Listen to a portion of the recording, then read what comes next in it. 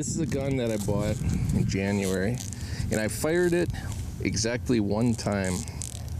And the reason I only fired it one time is because it malfunctioned catastrophically. It didn't blow up the barrel of the chamber, but I gotta undress it slowly. This is a beauty. It's facing the wrong way. Yes, you recognize it. No magazine on the bottom. Oh no, you know what? Yes, that's my tanker Garand, but I just had a bad thought. Oh my god, I'm an idiot. I forgot my stripper clips for this, I think. Let me see. There might be one in here. I think I'm gonna throw up now. I've been wanting to shoot that for 4 months. Oh yeah, look at that. All right. Excellent. Okay, everything is good. I was gonna stop the video there. I don't think I could even post that. Oh man, this is my T26 tanker Garand with a nice old walnut stock on it. I love walnut. And this one is a Springfield Armory receiver that dates to 1943, if I did it correctly. And I don't know who built this one, but they did a really good job on it. And what happened here, when I bought it like a couple days after it hit the rack, and when I was looking at it, I told the guy, I've got a M1A Springfield, so I kind of know what they should look like, but I've never had a Garand before, always wanted one. And I said, something doesn't look right out here on the end. Well, this figure 8 piece was missing, and there were threads showing there, and I didn't know if there was some muzzle device that was, you know, optional on that or what. I just didn't know. And the salesman said, yeah, well, I don't know, I'm not sure, but you can, you know, we'll stand behind it. So it's winter time, it's January, and I get out to the range, different range, and carefully sight in at 25 yards, safety off, pull the trigger, boom! All of a sudden I see something go flying forward, and I thought, what the heck's going on? What kind of extractor does this thing have that throws its brass forward like that? And I lined up for my next shot. No front sight. This whole gas assembly here, the gas block, was gone. It flew 20 some feet out into the snowbank. I saw a little black hole in the snowbank, and it was deep snow, and that was gone. And I went, and I was the only one at the range at that time, and I dug it out, and I was pretty ticked. I should have known better, you know. I mean, it was obvious something was wrong, but you know, since the gun was all together, how do you know? Well, I'll tell you about the tanker Garand. It's let's see, 1944, I think, 43 or 44, maybe it was 43. They wanted to see if they could develop a rifle that would be better for paratroopers. The name tanker didn't come till after the war. That's not really accurate. That's just kind of a nickname it got. It was never designed for tank crews, although it appears to, you know, be something that would work well for that. But it's 4 inches shorter, and this is the section that's cut out. The operating rod and the barrel and some other parts are different for these. And there were some really bad ones on the market. There were some homemade versions that were cut down and they didn't work right. So it was risky to buy this thing, but like the guy said, he would stand behind it. Then let's see, to continue the history of the rifle, the ordnance department wanted a slightly shorter version, so they had the combat crews out in the field actually do the work on it, the armorers in the field, which was pretty crude, and they got a couple of them to work, and they sent them to Washington or to the armory, I'm not sure, somewhere in the States, And so they had two working prototypes, and they ended up scrapping the program. They never actually produced this rifle. There were, I believe, 150 in existence. So the ones that you find obviously aren't going to be the authentic tanker Garands, the T26. They're not going to be an authentic prototype because they would be worth so much money. They'd never see the light of day. But it is just a standard M1 Garand, just shortened down. And now I'm going to shoot it for the second time. Okay, because I'm inexperienced with the Garand, there's a really good opportunity for me to look dumb here. I'm using just the cheap Herter steel case ammo here, because it's the only factory ammo I have. I load all my own 308, and if this thing blows up, I want to at least be able to say I was using factory ammo. Although I don't think it'll blow up. The worst thing guns don't blow up, right? Unless they have obstructions. But you notice these are a little bit short. That's because it's a 308 barrel. Forgot to mention that, slightly important fact. Yeah, some of these tanker Garands and other, modern M1 Garands were fitted with, even though it's an old receiver and old wood and all that, it was fitted with a modern 308 barrel. The 308, the 7.62 by 51, it's pretty much the same ballistically as the M1 Garand ammo, the stuff you could shoot in these old things. The operating rod would bend if you'd shoot high-powered sporting ammo, so you just kind of eliminate that whole issue, I guess, when you convert them to 308. But I'm not even sure about that because, like I said, I'm not real up on the whole Garand thing. I just want to get this done before somebody rolls in here, and then I'm going to be feeling dumb. I mean, it's bad enough I'm on, I guess, 2 different cameras right now they installed, because I guess some idiots came and shot up the clay bird houses over there, and so they had to install cameras because of vandalism. It's hard to believe that would happen. This club has been here forever, and stuff like that never happened before. Something's going on with people these days, not really respecting one another or each other's property, and I don't know what that's all about. But one sure thing is that you can't eliminate evil in the world. Wow, this is getting preachy. How about if I just shoot this gun, huh? But you really can't eliminate evil in the world. All you can do is arm yourself against it.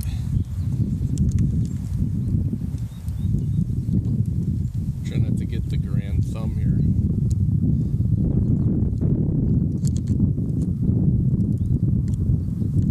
Keep the muzzle down.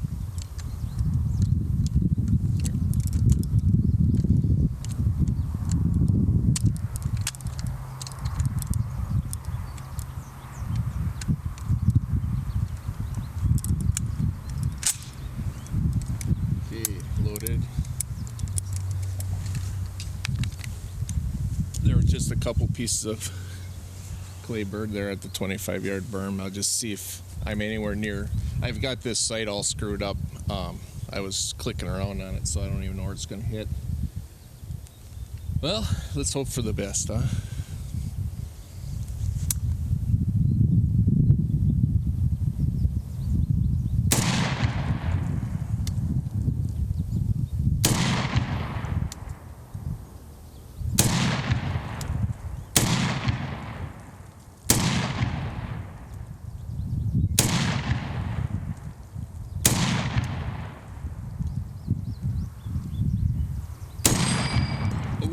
That's the first time I ever heard that.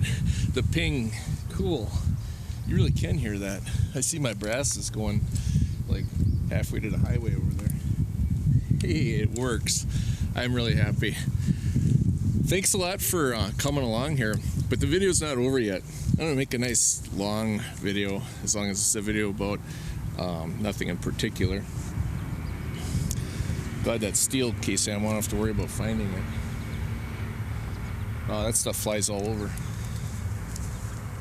I do have to get this, though. It's the only one I have here. All right, there's a companion gun that I brought along to this. Everybody needs a companion, right?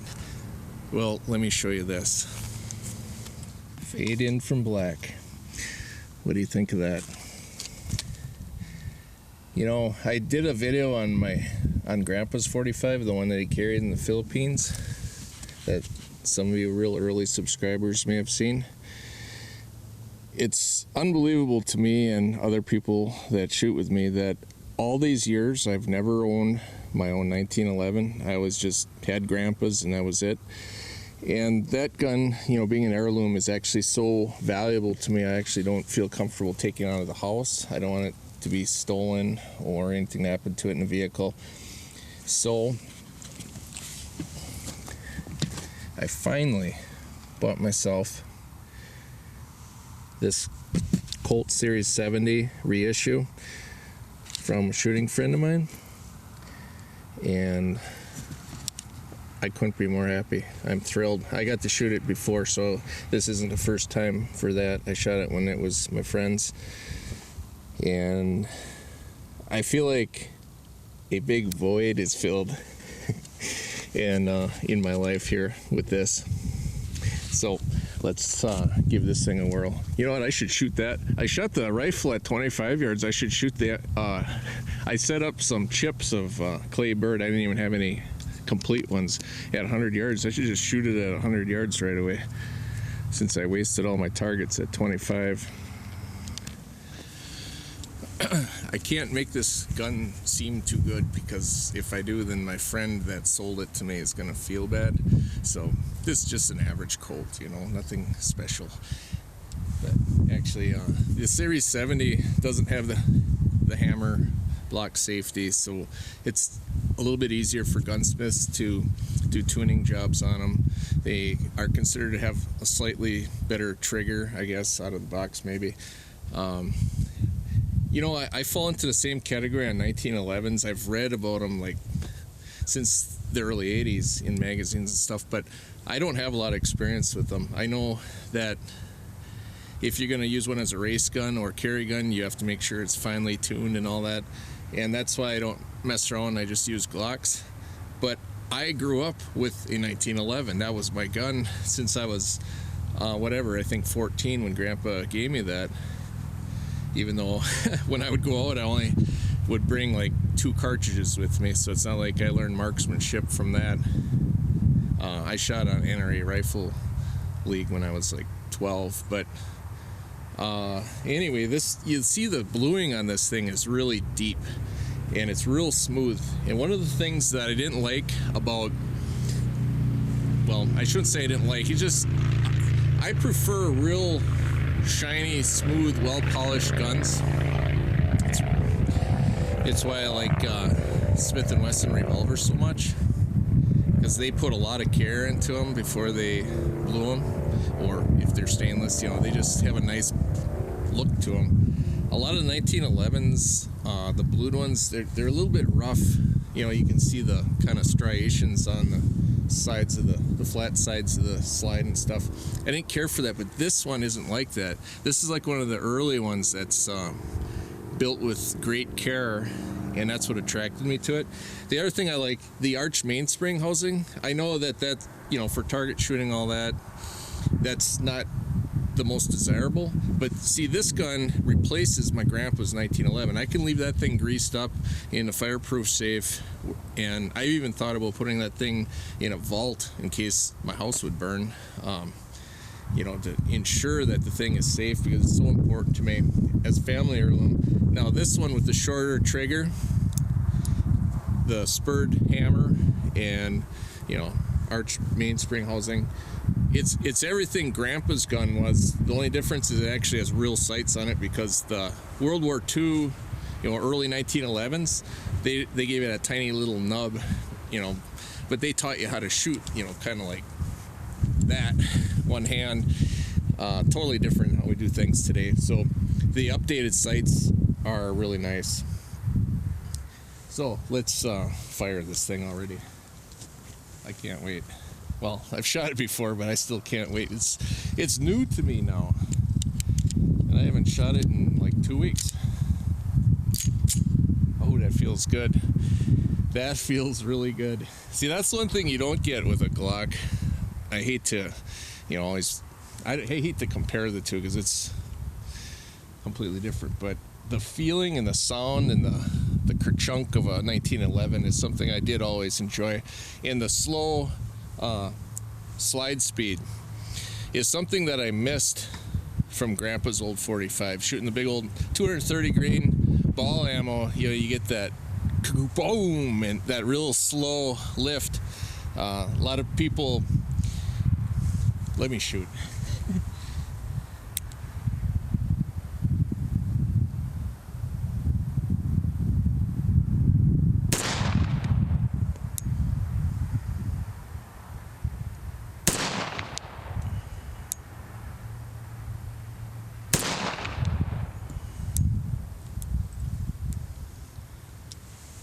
I'll zoom out so you can see where I'm missing. I was just gonna say, forgot what I was gonna say. Here, let's zoom out.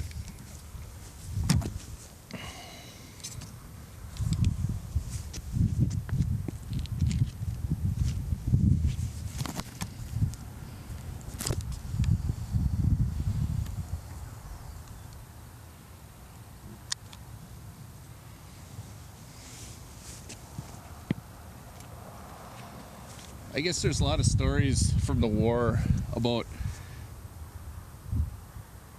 how the 1911 was such a fearsome, kicking handgun. At least that's what I've heard. My dad was in a military academy, and when we were at the cottage last weekend, where I did the Glock knife thing, he said that he heard that where you shoot somebody in the arm, it would spin them right around. It's like, well, that'd be a neat trick to spin a, like 170-pound man around with a 230 grain bullet. The amount of impulse can't be that much more than what you're feeling when you shoot it. They say that the amount of impact energy from a 45, a 230 grain 45,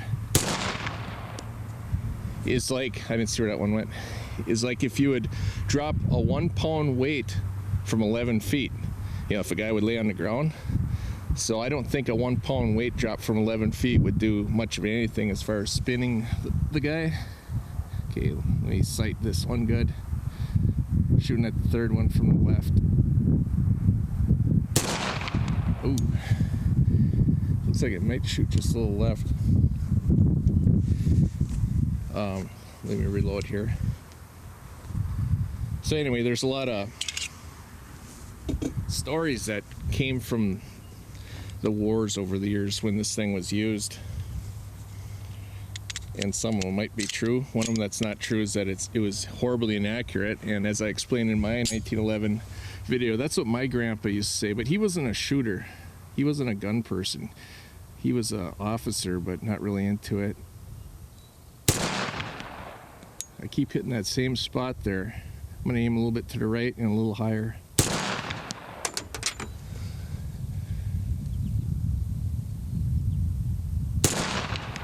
Boy, I'm getting close, but I don't think I'm gonna be able to break it.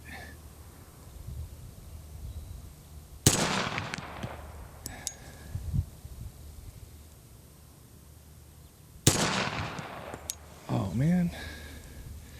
I'm gonna zoom out so you can at least see the gun shooting.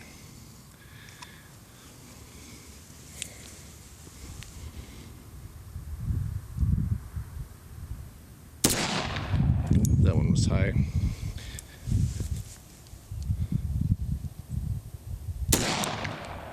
Reaching around the camera here. All right, well, you got the idea, right?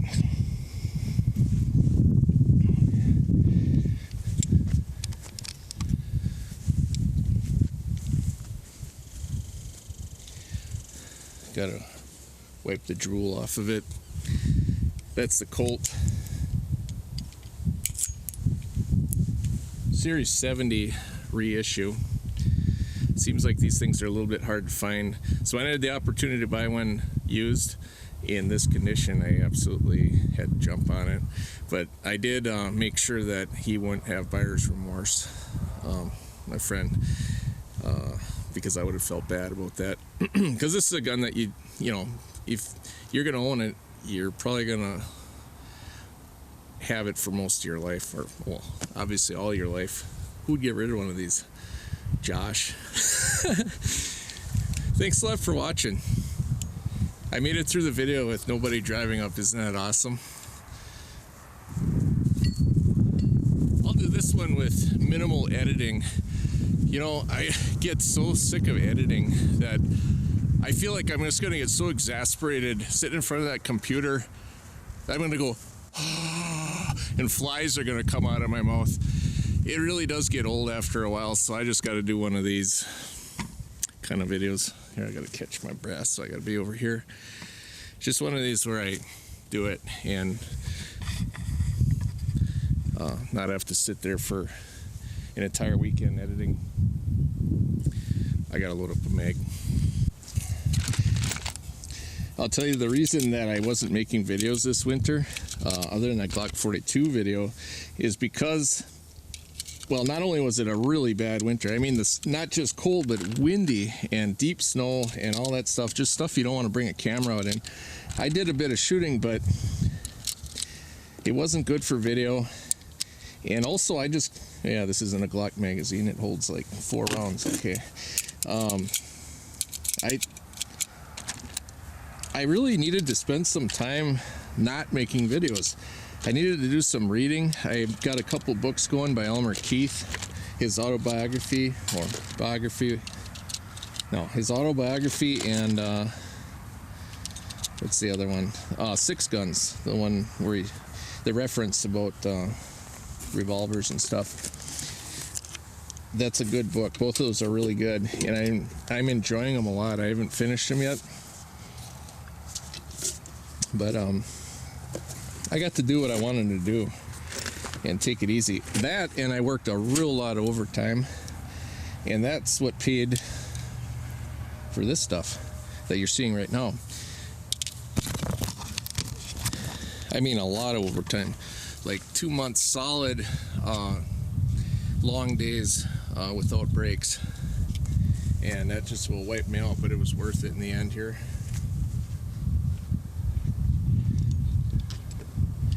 And I'm probably gonna have to do more overtime soon, like in summer, which is the worst time to do that. So my video making will either have to be really, really bad like this, or, you know, sporadic or something. I guess I'd rather do something than nothing. Stay in touch, because I'll tell you what, when I got all the contact I got from that knife throwing video I just did, I was really surprised at how many people watched it. I thought that after being gone for so long, I wasn't gonna have any viewers left. And you notice I don't ask for subscribers. I really don't care about that. I don't even hardly ever look at my homepage. I don't know how many subscribers I have. I know it's not a real lot for as long as I've been doing this, but I actually prefer it that way, and I mean that sincerely. I like this little group that we have of people that I sort of know. And there's no money in YouTube. There was for a little bit, but it's gone down like to less than a quarter what it used to be. So from a money standpoint, it totally wouldn't pay to do this, you know, for the AdSense revenue and all that. But that really wasn't my motivation before anyway. I like being connected with like-minded people like you watching this right now. I mean, if you've watched it this long, we're connected. So I've got my, yeah, you saw me set it up, my 8-inch plate out there. Oops, I was already loaded.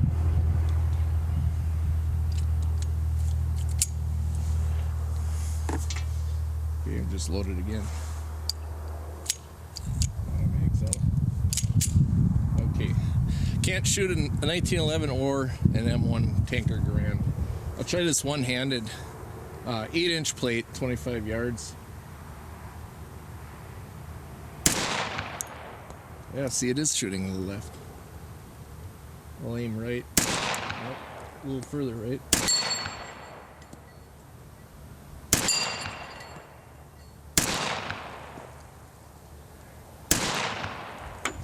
I'm dipping it. Here we go. Try that again. There's no mag well on this one, but it shouldn't bother me. Grandpa's didn't have one either.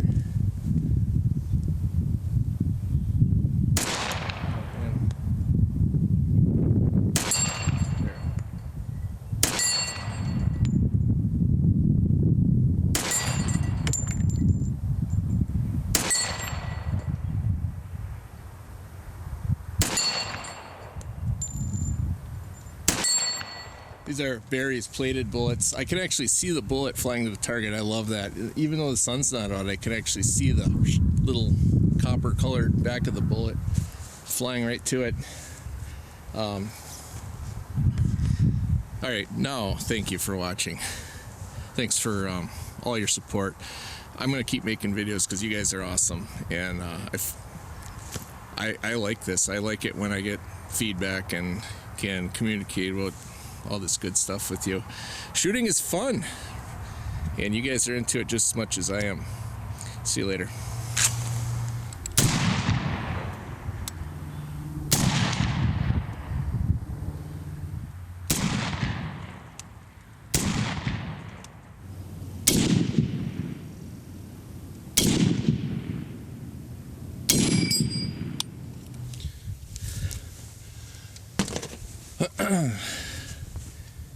I'm not hurt, but I just blew up my M1 Garand shooting factory ammo. Blew the stock apart. I took a blast to the hand, but it didn't hurt that bad. There was a large flash and smoke, and the action is jammed up. It was a single shot that I dropped down inside there, and I can't explain it. I'm glad it was factory ammo that I was using, because this is major damage here. The stock is completely destroyed, I think. Well, I mean, it's split almost the full length, top and bottom, or front and back. This is really sad. I was really enjoying shooting this off camera. I can't even imagine why that happened. This is the first gun I ever blew up too. Oh boy, that was quite a flash. I could have easily gotten that on video, because I was shooting some video after I was done with the main talking part, and that actually would have been interesting. And my thumb got hit because it was right here on the stock, but I mean, I could feel the impact go through my thumb, but it's not cut or anything. I don't see that the barrel burst or anything. I don't really understand what happened. I gotta get this stock off and let's take a look. You know, actually, I don't want to take it apart. I know it's not loaded because that was a round that I dropped in, and so I know it's safe, but I want the gunsmith to see it exactly as it happened. I'm not even sure if I could take it down right now without, you know, disturbing stuff. It doesn't look like the barrel burst, and I don't see any cracks in the action anywhere. Maybe it fired out of battery and the impact just blew the stock, and I'm hoping that's what happened, because I can replace the stock. It's a crying shame though, because I really liked this stock. It had a lot of character. That was my favorite part of this whole rifle. So this is a very, very sad day for me indeed. Man, I was enjoying shooting this thing. I can't even tell you. This was, I believe this was going to be my favorite gun. That's how much I was enjoying it. Favorite gun of all. Like, above the FN Scar any of my ARs or anything.